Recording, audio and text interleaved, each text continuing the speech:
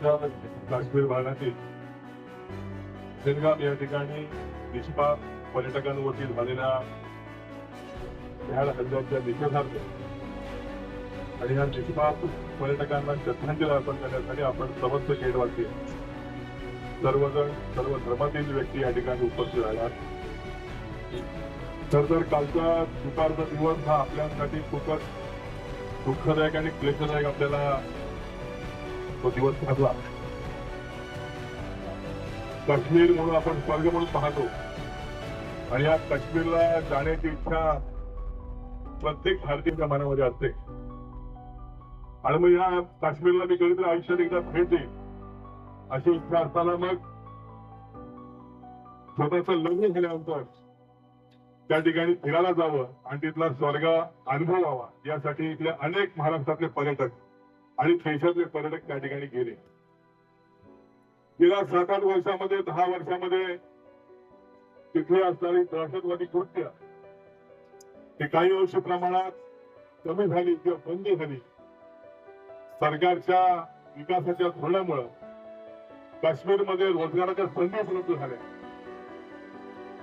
केंद्राच्या विकासाच्या दृष्टिकोनातून त्या ठिकाणी रस्ते बनवले गेले, टनेल बनवले गेले, रस्ते बनवले गेले, रेल्वेचं जाळं त्या ठिकाणी पसरवलं.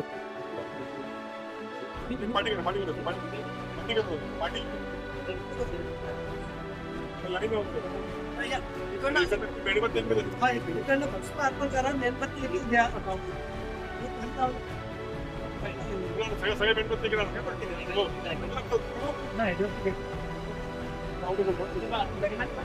इकडे इकडे ऋषादा हे ऋषादा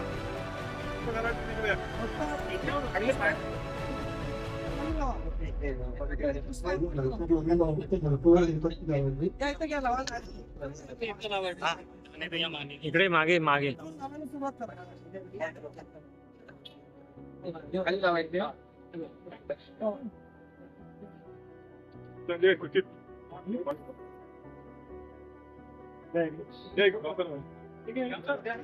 चप्पल घेण्यात बाहेर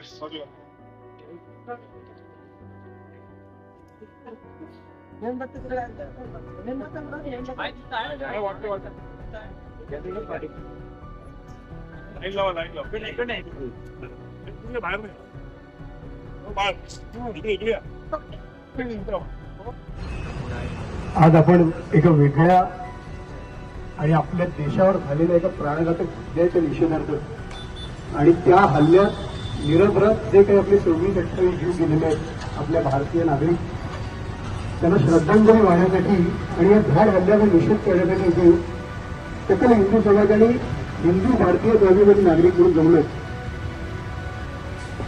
खरं तर आतापर्यंत अनेक आतंकवादी हल्ले हे झाले आपल्या देशावर, हे आपण पचवले, त्याला उत्तर सडेतोड उत्तरही दिलं. यापुढे या काय येणार आहे, कारण भारत आता एक विकसित देशाकडे वाटचाल करतोय आणि ती वाटचाल करत असताना असे हल्ले होतील, असे आक्रमण होतील. पण हा जो हल्ला आहे तो एका निर्घृण पद्धतीचा आहे. म्हणजे आलेले जे काही पर्यटक आहेत त्या पर्यटकांना त्यांचा धर्म विचारून त्यांचे कपडे उतरवून एक विदारक चित्र दाखवण्याचा प्रयत्न या सगळ्या आतंकवाद्यांनी या दहशतवाद्यांनी केलेला आहे. आपण बरेच सहिष्णू आहोत, आपला भारत देश हा सहिष्णू आहे की तो कायम विचार करत असतो, तो शांत राहतो. पण याचा अर्थ असा नाही की कोणी येऊन आमच्या भारत मातेची लष्करं तोडावीत किंवा आपल्यावर आक्रमण करावीत. तर याला सडेतोड उत्तर हे आपल्या देशाच्या आपलं जे सरकार आहे, आपला जो आपली जे सीमावर्ती भागातले आपले सैनिक आहेत तर ते या पुढच्या काळात देतीलच. पण आपण भारतीय नागरिक म्हणूनही आता सजग होणं गरजेचं आहे.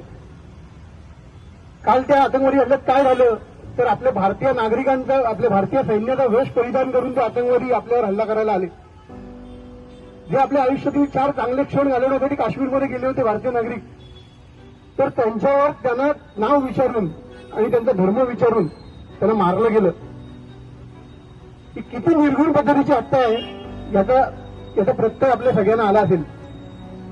आज आपल्या भारत देशातल्या विविध राज्यातील नागरिक हे तिथे पोहोचून तिथे आपल्या आयुष्यातले काही चांगले क्षण घालवत होते आणि असं असताना एका दुपारी अचानकपणे पहलगाम गावातल्या एका बागेमध्ये, ज्या व्हॅली आहेत, व्हॅलीमध्ये हा हल्ला करण्यात आला. ही वेळ आज काश्मीरमध्ये आली ती उद्या आपल्या घरापर्यंत येऊ शकते याचा विचार आपल्या सगळ्यांनी गांभीर्याने करणं गरजेचं आहे. तर आपण किती आपल्या देशात, आपल्या राज्यात, आपल्या तालुक्यात, आपल्या जिल्ह्यात हे एकत्र आहोत. आज आपण हिंदू, मुसलमान, शीख, इसाई असा कुठलाही भेदभाव करत नाही. पण आपल्या शेजारचा पाकिस्तान हा जिहादी मुस्लिम मानसिकतेतच आपल्याकडे बघत आलाय आणि ती गोष्ट आपल्याला लक्षात ठेवायला लागेल. त्याचा निषेध हा मोठ्या प्रमाणावर आपल्याला करायलाच लागेल. त्यासाठी आज आपण इथे जमलोय. आपल्या प्रत्येकाला झालेली सगळी कृत्य आणि झालेलं विदर्भ चित्र माहिती आहे. तर त्यासाठी काल आवाहन करून काल वैभवदादांच्या नेतृत्वातून आणि आपण सगळे सकल हिंदू समाज, सकल हिंदू भारतीय नागरिक या नात्याने आज इथे जमलो.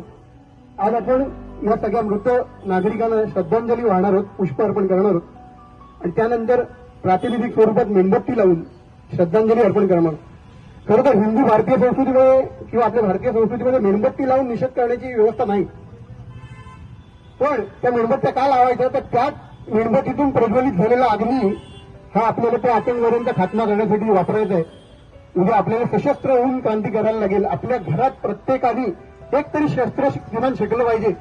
तर अशी जी वेळ येईल तर त्या वेळेला उत्तर देण्याचं सामर्थ्य आपल्याला तयार झालं पाहिजे. कारण आपला देश हा सहिष्णू रामाचा आहे, विष्णूचा आहे, कृष्णाचा आहे. तर कायम वासरी जरी कृष्णाची आपण पूजा करतो पण सुदर्शन चक्रधारी कृष्णाचंही स्वरूप आपल्याला पुढच्या काळात दाखवायला लागेल. त्याचाही आपल्याला प्रयत्न करायचा आहे. आज इथे जमलेल्या प्रतिष्ठित नागरिक आणि आपले हिंदू धर्माभिमानांनी किंवा भारतीय नागरिक या नात्याने आपले समाजातील काही